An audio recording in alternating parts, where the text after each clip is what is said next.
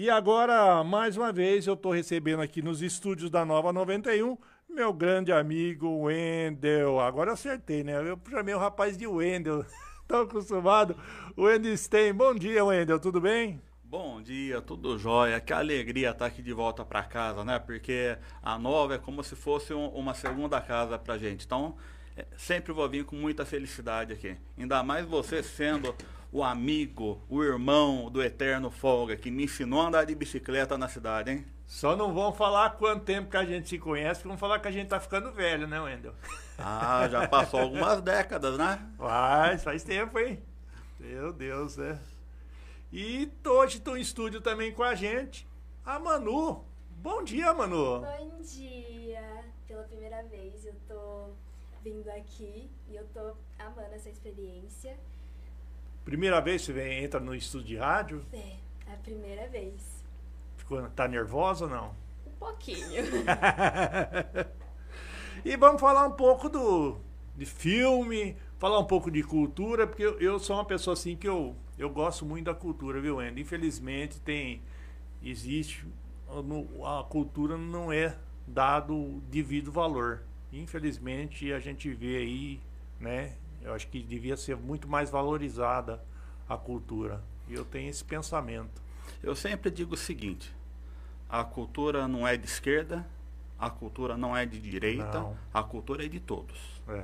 O que acontece é que às vezes a gente não sabe trabalhar da forma certa. A cultura também é uma forma de produção de dinheiro, porque o artista tem que pagar suas contas como qualquer um, o advogado, o empresário. Então, por exemplo, Gera muito emprego, né? gera muito emprego. Você veja no caso da pandemia, imagina a pandemia se não tivesse as séries, os filmes, os livros para as pessoas poderem se distrair em casa. Só que eu sempre falo, tá? Toda produção cultural, tá, tem que ter responsabilidade social. A gente nunca pode fazer por fazer. Temos que ter esse feeling comercial, mas nunca deixar o social de lado. Eu até falo o seguinte: quando a gente faz um projeto para o PROAC CMS, ou mesmo a Lei Rouanet, muita gente critica, né? Mas a maioria nunca leu, nunca preencheu uma Lei Rouanet. São leis hoje muito sérias, que você tem que cumprir muitas coisas à risca. E o que acontece? Todo projeto cultural há contrapartidas. O que é uma contrapartida? O que esse projeto vai dar de benefício para a população? No caso do livro Pé do Sol, que foi pelo PROAC CMS com o aporte da Desktop, milhares de exemplares foram distribuídos gratuitamente nas escolas aqui da nossa região. Então foi uma contrapartida, né, que gerou bem para a população. Quando eu faço um filme patrocinado por uma dessas leis, eu tenho que dar cursos de cinema, eu tenho que dar palestras. Então sempre tem uma coisa envolvida. Então nada vem de graça. Então é o que eu falo: por que a gente não faz isso na cultura? Poxa, meu filho tem aula de Kung Fu, Karatê de graça na cidade, mas eu acho que o aluno tem que dar contrapartida. Como que tá suas notas na escola? Tá legal? Se não tiver, vamos melhorar, senão não vai poder fazer. O que o pai está fazendo, né, além de pagar os impostos, como contrapartida para tudo que o filho recebe do município?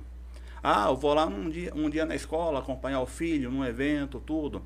Se isso ocorrer, cria-se uma consciência, e eu aposto que não vai ter mais um número tão grande de escolas pichadas. Então eu acho que a contrapartida é uma grande solução social, porque nada é de graça, sempre tem alguém lá pagando a conta. E no quesito cultura geral, o que eu falo? A região metropolitana de Campinas, tem tudo para ser a região que é a capital da cultura no Brasil. Se a gente souber pegar essas leis, trabalhar, criar o Fundo Municipal de Cultura e ter essa posição estadista na hora de fazer a gestão, nunca pendendo para um lado ou para o outro, a gente tem tudo para ganhar, a população tem muito para ganhar, e a gente vai começar a revelar talentos tão bons como é o caso da Manu. Porque não adianta apenas você ser bom. Você tem que estar no lugar certo, na hora certa. Como que era feito antigamente? A pessoa batia no poder público, no legislativo, ô vereador, ô prefeito, eu estou fazendo um CD de viola, dá um patrocínio para poder gravar o CD. Não pode, até contra a lei, isso. Mas, se a dupla foi orientada antes a fazer um projeto, conseguiu a aprovação do projeto, aí sim, os políticos são instrumentos para chegar até uma empresa, uma multinacional. Estou com esse projeto aprovado, é interessante para o município, vocês podem estudar para fazer o aporte? Então imagina, não saiu um centavo dos bolsos públicos e a gente está produzindo cultura. Então é isso que eu acredito, e para isso acontecer também, as cidades têm que ter um plano diretor de cultura de no mínimo 10 anos. Porque aí entra um administrador, sai administrador, vai ter que seguir esse plano de cultura. Então é o que eu penso. O Elton, só perguntando, o Wendel, o Elton, agora estou lembrando do Elton. O Wendel, você falando da Lei Rouanet, né? Você tem que fazer um baita de um projeto, né? Qualquer você vai escrever por meia dúzia de linha e falar que você vai conseguir esse dinheiro. Não. É outra coisa que tem muita gente fala que é o governo que dá esse dinheiro. Não é. É as empresas que conseguem isenções, né, de impostos, e esse dinheiro que era para ir para o governo vai para esses projetos, não é verdade? Sim, e é um procedimento até que fácil. Você tendo esse projeto aprovado, eu chego para uma empresa. Eu vou dar um exemplo fictício. Por exemplo, a empresa paga 100 mil reais por mês de ICMS. Então ela vai pagar 100 mil de ICMS para o governo, só que 10 vai pagar para o governo com um código que é o meu código vinculado com o governo. Então a empresa vai ter a quitação na hora, né, como se tivesse pago direto, só que essa dotação vem para mim numa conta minha vinculada com o governo também. Então até por isso que a gente não chama de patrocínio, a gente chama de aporte cultural. A empresa não tem custo nenhum. Vamos falar um pouquinho do filme aí, da participação, como foi esse contato com a Manu? Como que você encontrou essa voz linda, maravilhosa que a Manu tem? Eu fiquei encantado, Manu, com a voz que você tem. Você já cantava? Como é que é essa história aí faz? Tem alguém na família que é músico, alguma coisa? Ou você é a primeira pessoa que tá partindo para esse lado da música? Eu canto desde criança, né? Então, desde criança eu pedia para meus pais, eu pedia pros meus pais para eu cantar em palco de restaurante, assim. Então, eu ia lá, eu entrava no palco e começava a cantar Chico Mineiro, e, tipo, no meio do restaurante, pequenininha. Aí eu cheguei um dia e eu falei assim, pai, eu quero cantar, eu quero fazer aula de canto. E aí eu lembro que eu comecei a cantar uma música que estava na moda na época. E aí ele falou assim, tá bom, vamos colocar você na aula de canto. Aí eu comecei a fazer aula de canto, acho que faz uns 9 anos que eu faço aula de canto, faz muito tempo, eu era bem novinha quando eu comecei. E o meu primeiro contato com a música foi quando eu fiz piano, eu era bem mais nova. Então eu já comecei a amar a música faz muito, muito tempo. Já foi apaixonada? Eu sempre fui apaixonada. A minha bisavó falava que quando não era, tipo, eu era bem pequenininha, ela falava assim, essa aí vai ser cantora. Então eu tenho isso pra minha vida e é uma frase muito marcante pra mim. E na minha família não tem ninguém que canta. Não? Então eu fui aqui, atravessou assim, que foi pra frente, que pulou o muro, né? Então foi uma coisa que eu amo muito. E falando em música, eu vi que você falou do Chico Mineiro. Você aí, no seu caso aí, qual que é sua inspiração? Um cantor aí que você é apaixonado de carteirinha, como se diz, né? Nossa, é muito difícil pensar em um cantor só. Tem vários, né? Tem muitos que são muito famosos e são muito bonitos. As músicas são muito inspiradoras. Eu gosto muito de pop. Mas, quando eu era criança eu gostava muito de sertanejo raiz, mas hoje em dia eu gosto muito de pop. Mas os cantores que me inspiram bastante é a Marília Mendonça, uma voz incrível, né, que morreu cedo, mas é uma pessoa que eu admirava muito. E eu gosto muito de pop nacional, rock nacional também. Eu gosto de um house, um negocinho mais legal. E de internacional eu gosto muito da Billie Eilish. Eu acho o estilo dela, a voz dela muito linda. Ô, Wendel, e aí, como é que foi você encontrar a Manu nessa história toda aí para participar da trilha sonora do filme? E conta um pouquinho como foi essa... Você já conhecia a Manu? Alguém te indicou? Falou, ó, tem uma menina aí que você que escreveu a letra do filme. É uma história que começou antes dela nascer. Ah, é? Quando a gente mudou para Sumaré, e meu pai era um agricultor, né, da área do tomate, a gente construiu o primeiro sobrado que teve na cidade. E o avô dela, o Diniz, foi quem construiu. Foi o maior construtor da Sumaré no começo da sua formação. E morava na mesma rua da minha casa, aqui na José Maria Barroca, e ela morava na esquina, né, da José Maria Barroca. E eu tenho praticamente a idade da tia dela, né, a Graziele, doutora Graziele. Ela entrou na faculdade comigo, ela se formou em Direito, em Jornalismo, e a tia sempre, tudo que fez, sempre fez com muita dedicação, tudo muito bem feito. E o pai da Manu, né, sempre foi um empreendedor em diversos ramos, tudo que ele fez deu certo. Então a Manu pegou esse talento da parte de mãe, o talento da parte de pai, e aí ela crescendo, eu fui acompanhando os vídeos que ela gravava no YouTube, tudo. Eu falei, nossa, que voz bacana, tudo. Aí o pai dela, que também é irmão de maçonaria, eu falei, Fabrício, eu posso fazer um convite para sua filha, caso ela aceite, né? Para gravar uma música para o meu filme? Ele falou, se ela quiser, né? E aí foi o que aconteceu. Tanto que é um detalhe, geralmente para gravar uma música como essa num estúdio, demora horas, são várias tentativas de gravação. Ela chegou... De primeira? Em 15 minutos estava gravado e a gente indo para casa. Ô, louco! Então, ela tem um talento nato com essa dedicação que ela tem, com essa genética que ela traz também. Então, eu posso falar para você, tá, Manu? Tudo aquilo que você quiser fazer na sua vida, seja na área de música, seja na área de Direito, que ela começou agora a faculdade de Direito também, tudo que ela fizer, ela vai ter sucesso na vida. Né? E a gente está sempre na sua torcida. Legal. Fala um pouquinho do filme aí, como é que foi a produção desse filme, quando vai, já estreou, vai estrear? O filme está inédito ainda, já está pronto. Então, eu estou trabalhando com Vozes de Paulinha, que começa dia 23, a gente vai falar um pouquinho sobre esse lançamento. Mas qual que foi a história do filme Danda, o Capa Preta, Lobato?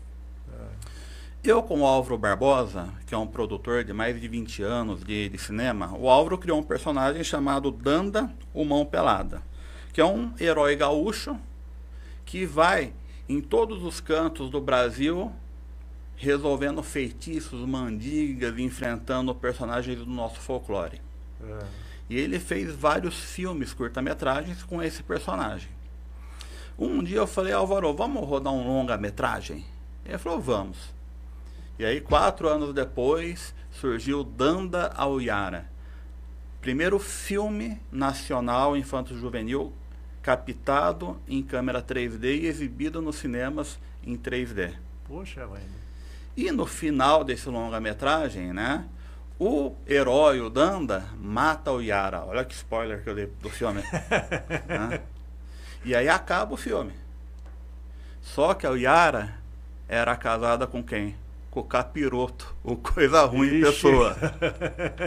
E aí o filme acabou assim. Só que todos os filmes do Danda teve essa pegada infantil, né? Eu falei, Álvaro, eu posso pegar esse personagem e colocar para essa linha de terror, trash, que eu tanto gosto? Ele falou, tá liberado. Aí eu criei Danda, o Capa Preta, a maldição de Scofield, que é quando o... É aqui? Isso.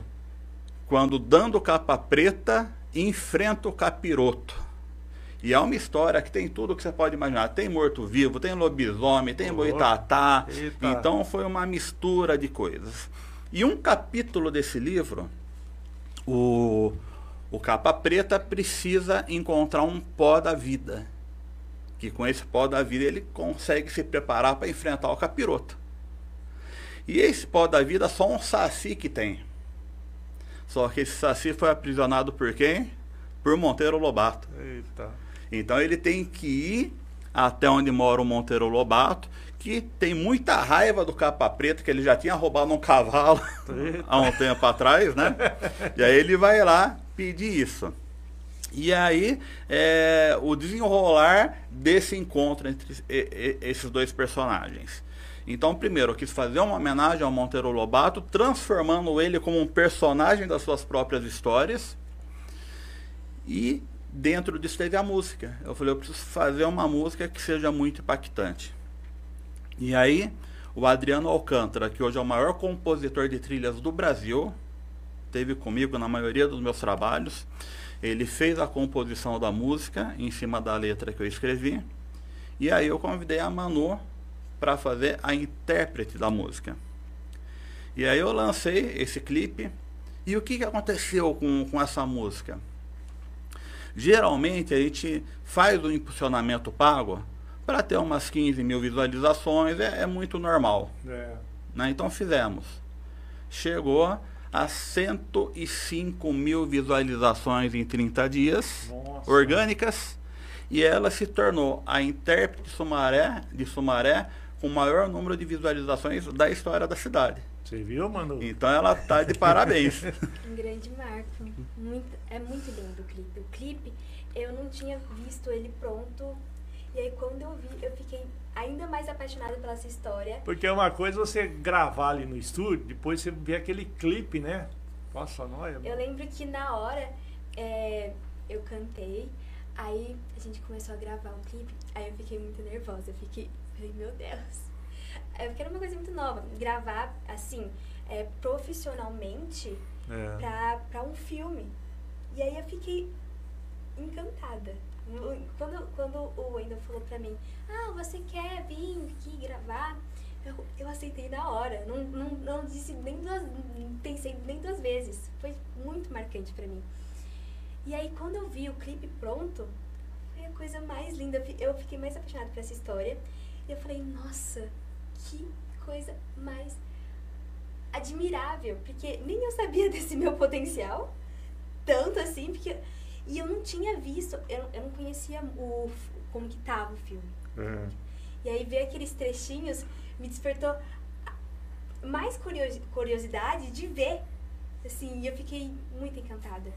Ela já tô convidando ela online, né, agora, porque eu tô lançando agora no dia 23 desse mês, na Câmara de Paulínia, o Projeto Vozes. O Projeto Vozes é o projeto audiovisual mais importante de preservação histórica da nossa região. E eu quero estar desenvolvendo isso em várias cidades da nossa região. Em Paulínia, como que funcionou esse projeto? Eu entrevistei dezenas de moradores, pessoas comuns. Tem um dono daquele boteco de 40 anos, tem um empresário, tem um artista, tem um músico, tem um dono de oficina. E através dos causos, histórias de vida de cada um, a gente começa a montar um panorama histórico e sociológico do que é Paulínia hoje. Através das pessoas que construíram, que deram voz à cidade. E é um projeto que vamos lançar no cinema, né? Vai ter a premiere do longa-metragem. E além disso, com material gravado, que são entrevistas de até 1 hora de duração, com equipamentos de cinema, 3 captadores 4K. Então, todas essas entrevistas estarão num portal histórico da cidade, para sempre, gratuitamente, para a população. Então, a ideia é o primeiro ano é assim, o segundo ano vamos focar na agricultura, terceiro ano no empreendedorismo, porque hoje, você sabe, jornal impresso não existe. É. Tá? Os programas de rádio, apesar de ter um grande alcance, tá? Fazer o arquivamento histórico é muito complicado. Já um vídeo do YouTube num portal, tá lá para a população acessar a hora que quiser, baixar a hora que quiser. E eu acho que realmente é um projeto muito importante. Eu quero trazer para as outras cidades. No caso de Sumaré, já que é minha terra natal, é a terra que eu cresci, eu estou fazendo por conta própria o Vozes de Sumaré, e eu conseguindo aporte ou não, conseguindo patrocínio ou não, eu vou entregar para a população esse filme. Eu já comecei a fazer as captações, tem muita gente boa que já faleceu, que eu entrevistei. O Gildo da farmácia foi o professor de vários farmacêuticos que tem hoje na cidade. Então eu tive essa chance de fazer essa homenagem para ele contar um pouquinho da história de vida.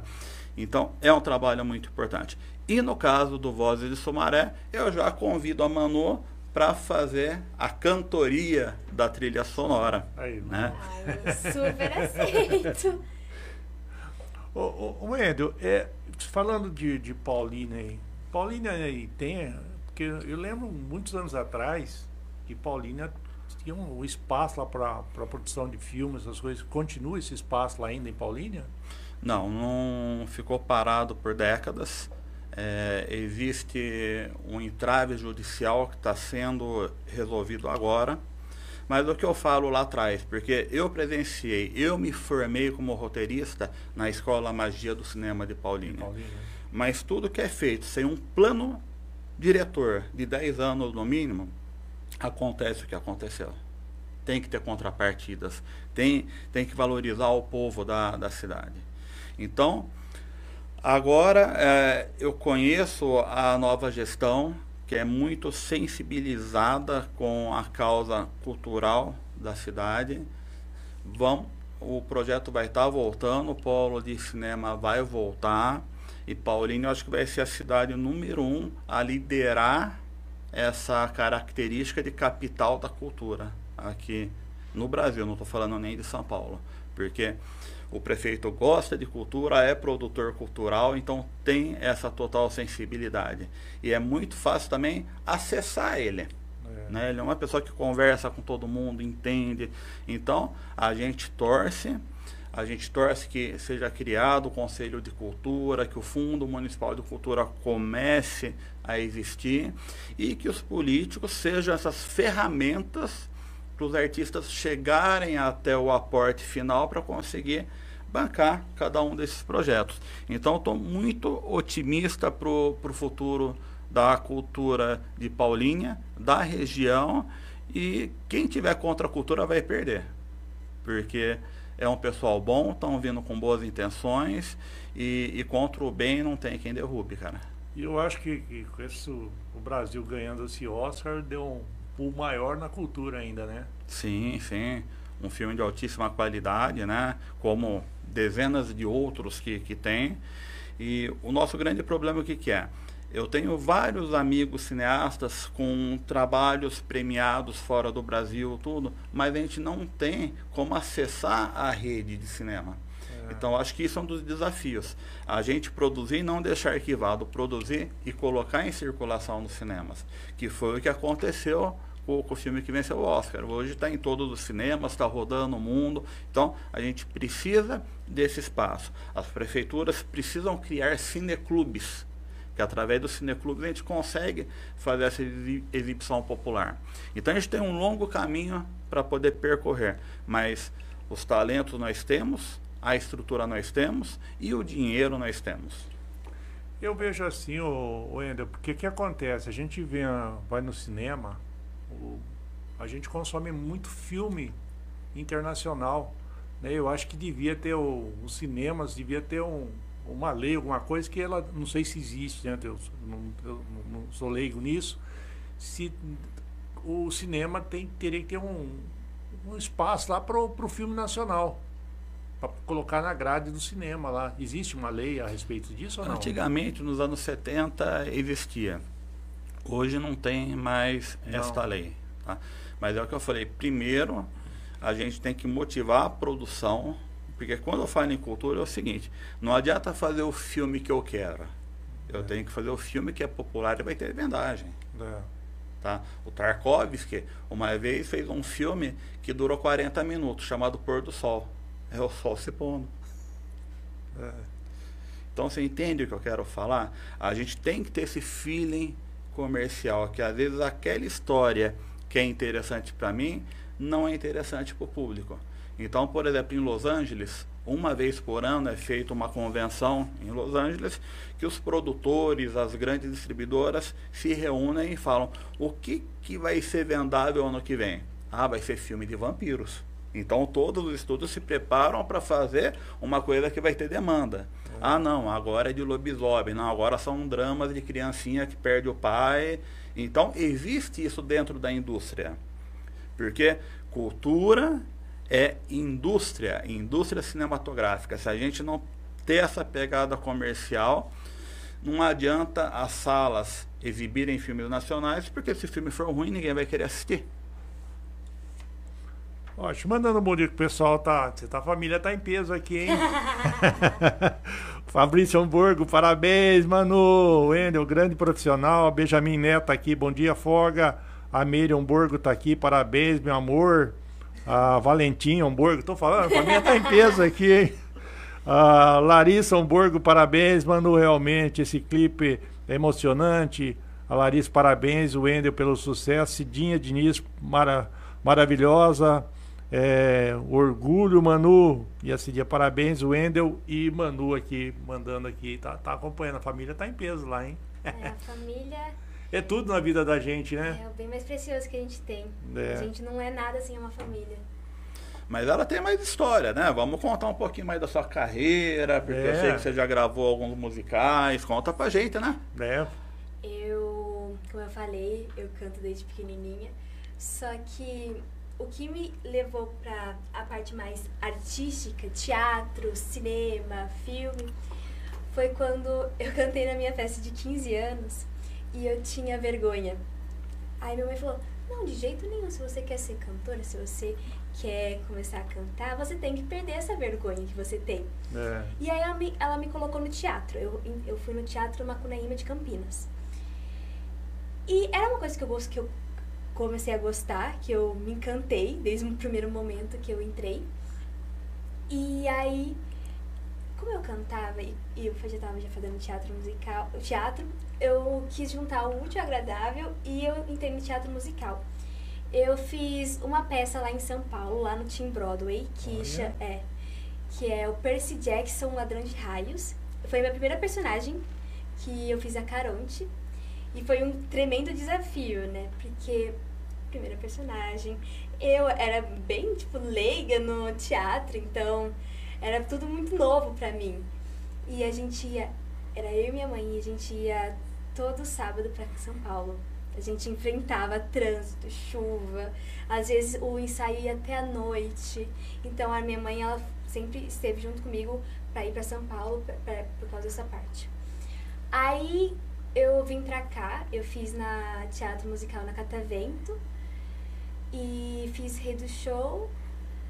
Aí eu parei por um tempo e fui pro Estúdio Broadway, onde eu tô até agora, onde eu fiz a minha primeira personagem principal, que eu fiz a Wandinha Adams, da família Adams, do musical. E foi uma experiência maravilhosa, né? Minha primeira personagem principal. Então, quando eu entrei no teatro, eu falei, meu Deus do céu, é agora. E foi um momento de muita ansiedade. Porque foi minha primeira personagem principal, foi a inovação de tudo, assim, na minha vida. Foi quando eu falei, assim, se é pra ser, vai ser. Então, até hoje, eu tenho como um lema de vida que se é pra ser, é pra ser. Se eu tô aqui, se eu fizer o que eu tô fazendo tão bem, sem falhar, sem nada, eu tô certa, eu tô no caminho certo. Às vezes a gente erra, mas eu penso que acertando e vendo que você é boa, você consegue dar muita força pra mim. Então, aí eu fiz outra outra personagem, ano passado, eu fiz Mamma Mia, eu fiz a Tânia. Oh, yeah. E além disso, além do teatro musical, eu já fiz vários...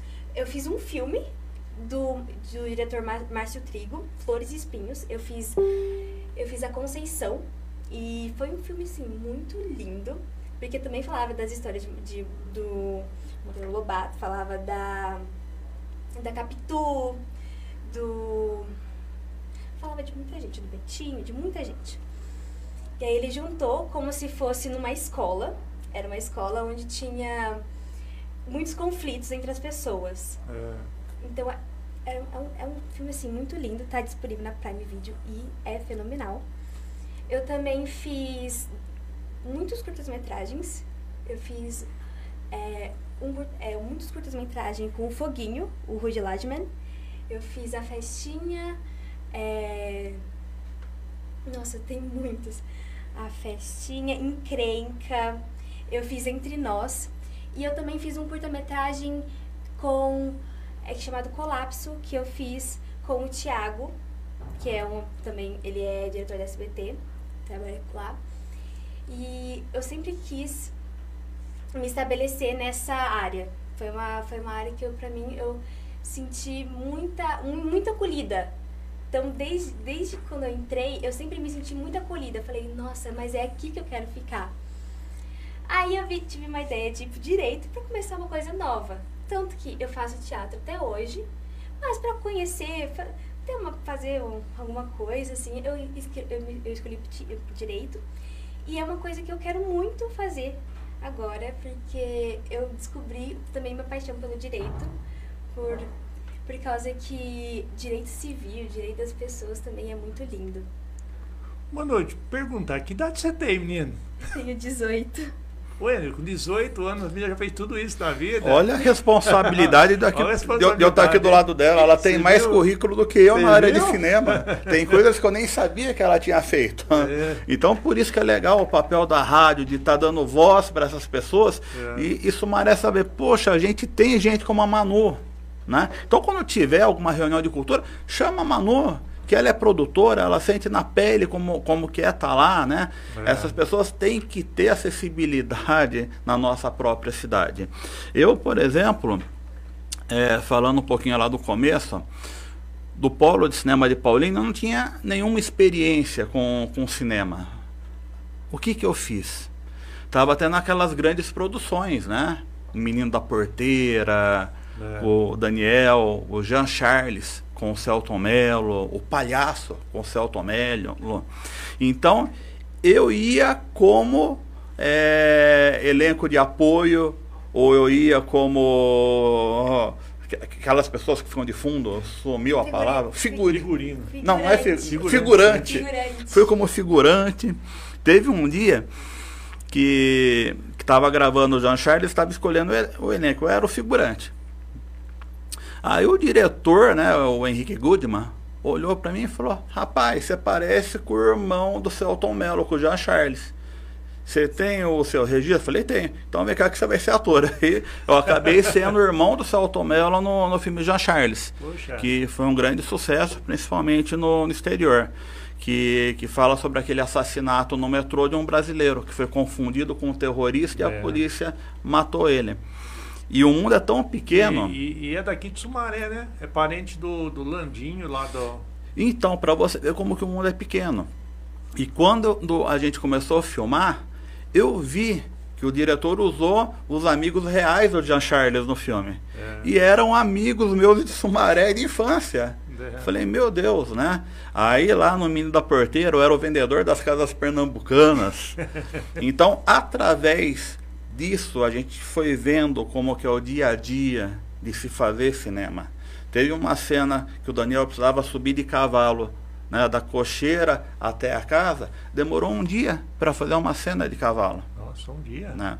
Porque é película, né? Então tem que revelar, tem que ter o foco, não tem foco automático. Então a gente foi acompanhando, a gente foi aprendendo. A gente produz curta-metragem, que através do curta-metragem a gente aprende a errar. E aprendendo a errar, a gente sabe consertar depois. Então é o que eu falei, foram muito tempo. Eu tenho minha empresa Stem Filmes há 20 anos. Ela só começou a funcionar de 3 anos para cá. Então foi 18 anos de aprendizagem, de investimento e, como o seu antigo entrevistado falou, na cultura a gente não para de aprender nunca. E na cultura a gente não faz nada sozinho. A gente precisa das pessoas, porque é impossível uma pessoa dominar de edição, iluminação, tudo. Então, cada um é igual à medicina. Tem o ortopedista, tem o geriatra, tem o otorrino. Cinema é assim que funciona. A cultura, ela é a criação da sociedade. Então, a cultura é tudo criado pelo homem. Então, a gente vê que a cultura é extremamente importante pra gente, porque tudo é cultura. Tudo é cultura. Isso aqui, o microfone é uma cultura. E o filme também, eu sempre falo dessa... que tem que ter uma função social. Eu fiz o filme Fome, que foi um trash, um filme de terror, que faz uma homenagem aos filmes dos anos 70 e da Boca de Lixo do Brasil. E o que acontece? É um filme meio Sexta-feira 13, é um grupo de estudantes que se perdem num sítio, aí aparece uma pessoa, vai matando um por um. Então o legal é como cada um é morto, o efeito especial, banho de sangue, tudo. Mas quando eu faço um filme assim, além de ser comercial, que um filme assim eu posso vender para fora do país, que tem um público que tem essa demanda, o que acontece? Também tem uma crítica social da superficialidade dos jovens hoje. A Manu é uma exceção, né? Mas não sei se você lembra, a gente ia na banca de jornais, no começo dos anos 90, tinha exemplar do Estado de São Paulo de domingo que tinha 900 páginas, um jornal de domingo, e a gente comprava o Estado, a Folha e o Correio Popular. Então a gente ficava a manhã inteira lendo o jornal e a gente lia realmente. E aquele monte de classificado do Estadão, né? Então hoje, quando você compra um jornal ou acessa uma página da UOL, o que acontece? A gente sabendo que na guerra da Croácia, da Ucrânia, está morrendo 2.000 pessoas por dia, lá aparece, a artista colocou silicone, Big Brother. Então, estamos alienados do que está acontecendo no mundo. E a gente vai pagar um preço muito grande por isso no futuro. Se é que a gente já não está pagando, né? É verdade. Olha, deixa eu mandando um bom dia para a Thelma, tá mandando aqui. Thelma Long, parabéns, Manu, sucesso. Ó, esse é da nossa época que tá aqui, viu? Marcelo Brito. Marcelão. Eu tenho que contar uma história do Marcelo. Marcelo, vamos entregar você agora, hein? É o Marcelo lá que tá com a loja de carro, né?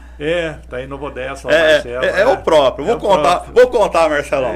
Vou entregar você, Marcelo. A gente tava na 5ª série no Dom Jaime. Professora Dona Cidinha de Ciências. Eu lembro, né? A nossa professora. E eu com o Marcelão com uma nota baixa em ciências. Aí a professora falou, quem trazer uma cobra num vidro ganha 1 ponto cada um. Hoje a professora ia ser presa se fizesse isso. Aí vai eu com o Marcelão atrás de cobra. Então a gente virou os caçadores de cobra. Eita. Aí voltamos com 4 vidros, com uma cobra cada um, e passamos de ano, cara. Ô, Marcelão, saudade de você, meu irmão. Que boa época aquela, né? Nossa, nem te falo. Antigamente a gente entrava naqueles riachos para catar lambari com peneira, né? Não tinha medo de cobra, nada. Hoje, se você mandar eu colocar o pé numa lagoa, eu tenho medo. Então, olha como que a gente às vezes caminha para trás. Mas, pô, prazer em revê-lo, Marcelão. Mas foi boa aquela época do Dom Jaime lá, hein? Tempo bom, hein? E do lado do Dom Jaime, que é Anchieta, né? Mano, naquela não tinha nem Anchieta, eu lembro que estudava lá, né?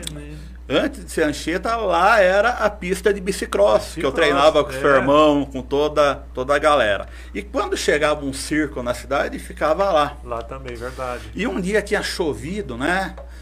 E eu peguei isso aí com a minha Extra Nylon e fui lá, o circo lá, na época tinha os animais em jaula, né? Uma coisa terrível hoje, né? Mas naquela época a gente não tinha essa cultura, né? E tava lá o leãozinho na jaula com cara de triste. Eu fui fazer cafuné no leão. Ô leãozinho, ele... Puá! arrancou toda a manga da minha Nossa. camisa, que eu tenho a cicatriz até hoje. Então eu sobrevivi a um ataque de um leão. Eita. Então era isso, né, que a gente enfrentava em Sumaré naquela época. Que época boa, né? Não tinha criminalidade, uma cidade muito pequena. Eu até lembro, você lembra da Danute? Lembro, lógico. Pra gente chegar da Praça das Bandeiras até a Danute, a gente demorava 2 horas de ir a pé. Porque cada um passo a gente conhecia a pessoa que estava parada na rua. Então eu ficava conversando. Verdade. Então era uma turma só. Né? Quem viveu, viveu, né? Vivemos numa época sem internet, sem computador, e conseguimos, né, ver todas essas épocas, toda essa transição que o Eric Hobsbawm falou no seu livro Era dos Extremos, né? A Era Moderna começou exatamente com o ataque das Torres Gêmeas. Então a gente teve, né, presenciando tudo isso. Wendel, voltando um pouco no filme, como você vê hoje a produção através dessa inteligência artificial? É complicado para quem produz, não é não? Precisaria de um programa só para falar um pouquinho sobre isso. Ó. A inteligência artificial, como a gente conhece hoje no computador, no chat GPT, é apenas 1% de toda a capacidade que ela tem. Então vai revolucionar todas as áreas da medicina, do conhecimento humano. Então a gente não está ainda preparado e não temos esse vislumbre dessa revolução que ela vai trazer. Então é o único momento que eu falo para você, só através da especulação, da ficção científica, que a gente vai saber como que vai ser a humanidade, com a inteligência artificial atingindo isso daí. Se vai ser perigoso ou não, eu acho que vai ser perigoso. Eu acho que vai criar uma nova forma de vida, baseada em silício, é claro, mas qualquer palpite que a gente der hoje, a gente vai errar. Só que estamos chegando num número de aperfeiçoamento da fake news, né, com a produção da voz da pessoa, da imagem da pessoa, falsificação de fotos, que nem o computador consegue diagnosticar se é falso ou se é errado. E com essa alienação que a população geral está tendo, estamos entrando numa época muito perigosa. Mas eu acho que de criatividade, do senso, o computador vai demorar um pouquinho, né? Porque para fazer canções, ter uma voz como a Manu, eu acho que ainda vai um bom tempo. Vamos chegar lá, mas não hoje. A inteligência artificial tem muitas controvérsias, assim. Por exemplo, em dublagem, eu já tô vendo muita dublagem, algumas, tanto é que teve um movimento dos dubladores falando que para encerrar o uso de inteligência artificial na dublagem. Porque estava começando a se iniciar, né? Vai se iniciar também, a dublagem por inteligência artificial. E muita gente está perdendo trabalho e, por exemplo, emprego por causa da inteligência artificial, porque o mundo vai se atualizando. E a inteligência artificial também pode influenciar também na criatividade e também pode trazer o plágio de obras, o plágio de música, de filmes, de tudo. E é uma questão muito importante para ser mencionada, porque muitas dessas obras, dessas artes que são feitas pela inteligência artificial, são às vezes mais reconhecidas e chamam mais atenção do que qualquer outra coisa, porque tá no mundo hoje em dia, tá atual. E o que, por exemplo, o ChatGPT, a inteligência artificial, eles pegam fontes que às vezes não são verídicas. Então são muito usados para escola, agora de hoje em dia. Escola tem muito aluno que usa o ChatGPT, eu já vi muito trabalhador que usa o ChatGPT para essas coisas. E a gente vai vendo como o mundo vai mudando. O mundo tá dando outra visão. E vai atrapalhar bastante as pessoas que estão... Eu vejo isso porque até esse tempinho atrás eu trouxe uns amigos meus que são dubladores, o Digão, né? E aí veio mais 2 pessoas, até tem uma uma das pessoas que vieram com ele, ela fez até dublou uma da que ela acho que era policial da La Casa de Papel, né? E aí depois ela se apaixonou lá pelo professor lá, e foi pro lado dos bandidos lá, e né? E aí o pessoal tá vendo essa preocupação aí da inteligência artificial. E que nem você falou, né? Eu acho que no próprio cinema, essas coisas também é um grande problema isso, né? Vai afetar em tudo. Só que eu acho que o grande questionamento quando a gente fala em inteligência artificial é a nossa própria concepção do que é o bem e o que é o mal. Será que a gente sabe distinguir? Será que tudo não varia do ponto de vista da pessoa? Quando eu vou numa goiabeira e eu pego uma goiaba e vou comer e tem uma larva dentro, eu vou assassinar a larva para poder comer. Do ponto de vista da larva, né? Olha que coisa louca isso daí.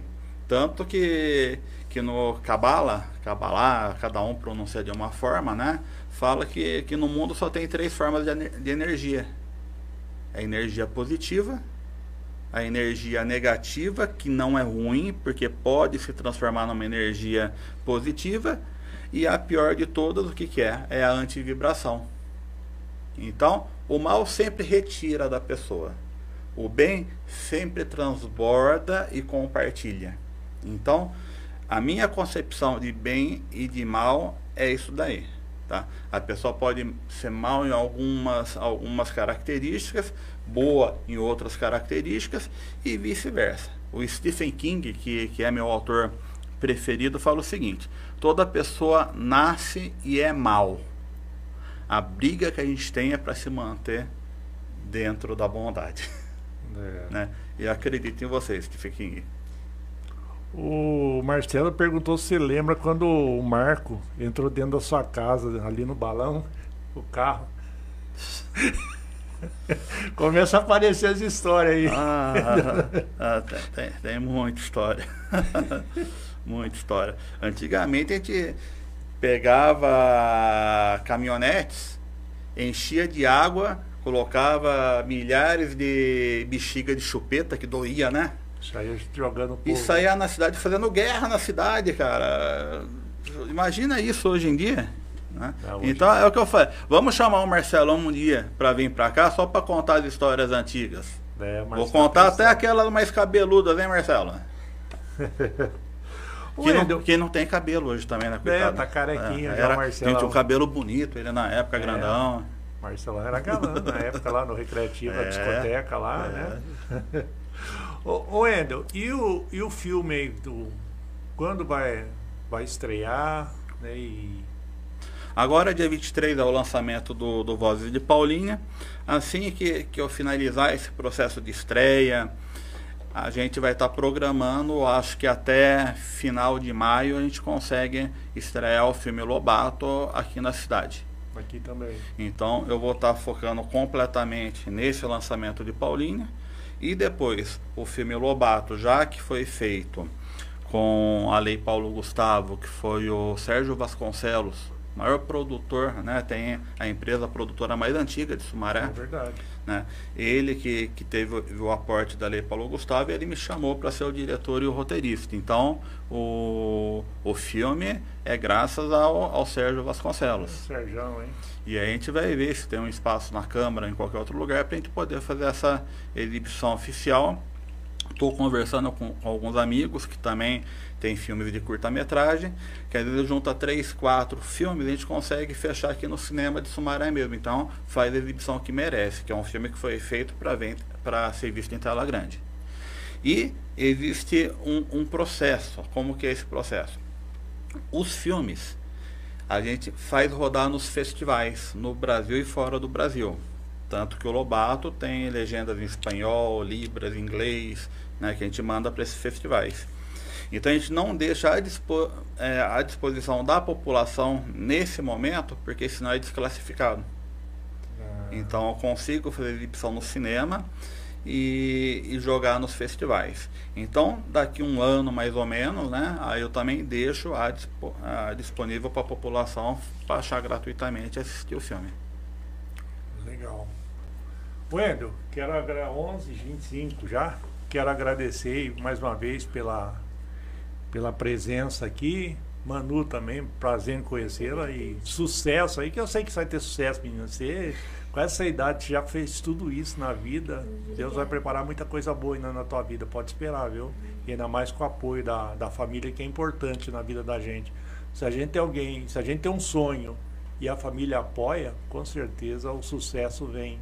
Viu? Parabéns aí pela sua voz maravilhosa que Deus te deu aí.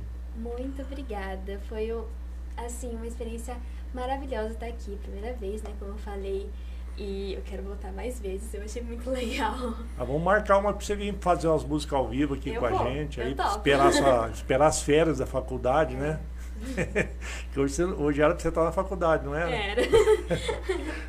Bem, eu quero deixar um abraço para todo mundo, mandar um recado pro Fabrício aqui, pro pai da Manu, né? Se você faltar na nossa próxima noite do uísque e do charuto, tá? Você não é mais amigo. Tá? Então, recado tá dado online, né? Pro mundo inteiro que tá gravado agora. Tá gravado aí. E eu sempre finalizo falando uma frase, né? Que eu criei e que eu acredito nela, que fala o seguinte: o cinema é a arte da mentira, que por muitas vezes fala mais verdades do que a própria realidade. Ô, louco, hein, Wendel? Nossa, arrepiei. Você viu? Nossa. O filósofo Wendel. Né? Obrigado, Wendel, mais uma vez. E vou marcar mais voltas aqui, viu? Porque tem muita história ainda aí, né? Falar um pouco dos livros aí, né? Da história de escritor também, né? Que tem uma trajetória grande aí também, né? Só chamar. É minha segunda casa. Tá certo, então. Bom, vou deixar aqui, vou encerrar o programa, o programa não, né? Encerrar o quadro aqui com o clipe, né? Para você que está acompanhando a gente agora aí, eu vou rolar o clipe aqui e você vai ver, se você não conhece, aí você vai conhecer um pouquinho dessa voz maravilhosa da Manu aqui. Gente, eu vou com essa música, daqui a pouquinho eu volto aí com muito mais aqui pra gente matar a saudade aqui no Conexão 91.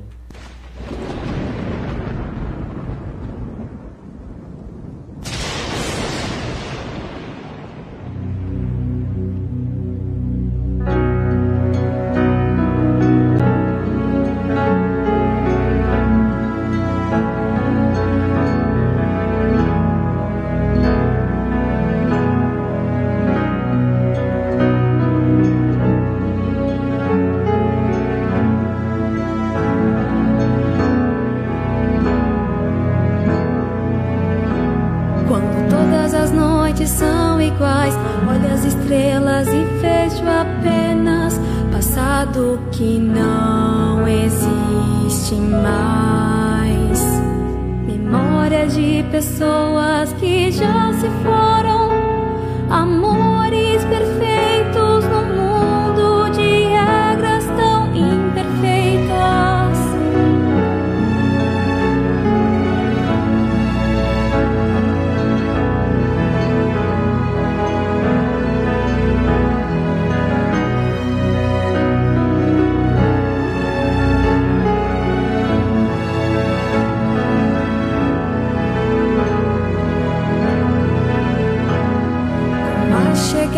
Da manhã, entre hinos e sonhos soltos, apenas as lembranças em folhas amareladas jogadas ao vento.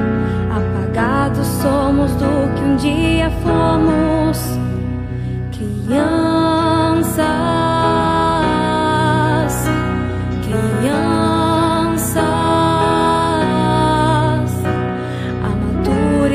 De roubo que jamais deveria ser roubado. E o que somos? Filhos de sonhos, filhos de lendas. E o que somos?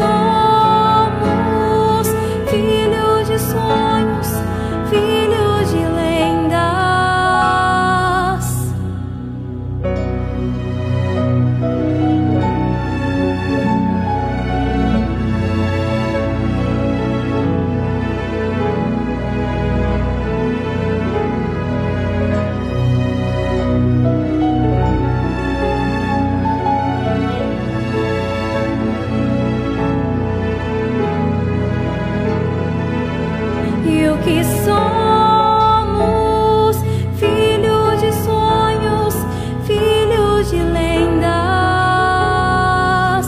E o que somos filhos de sonhos, filhos de lendas. É o que fomos, é o que somos.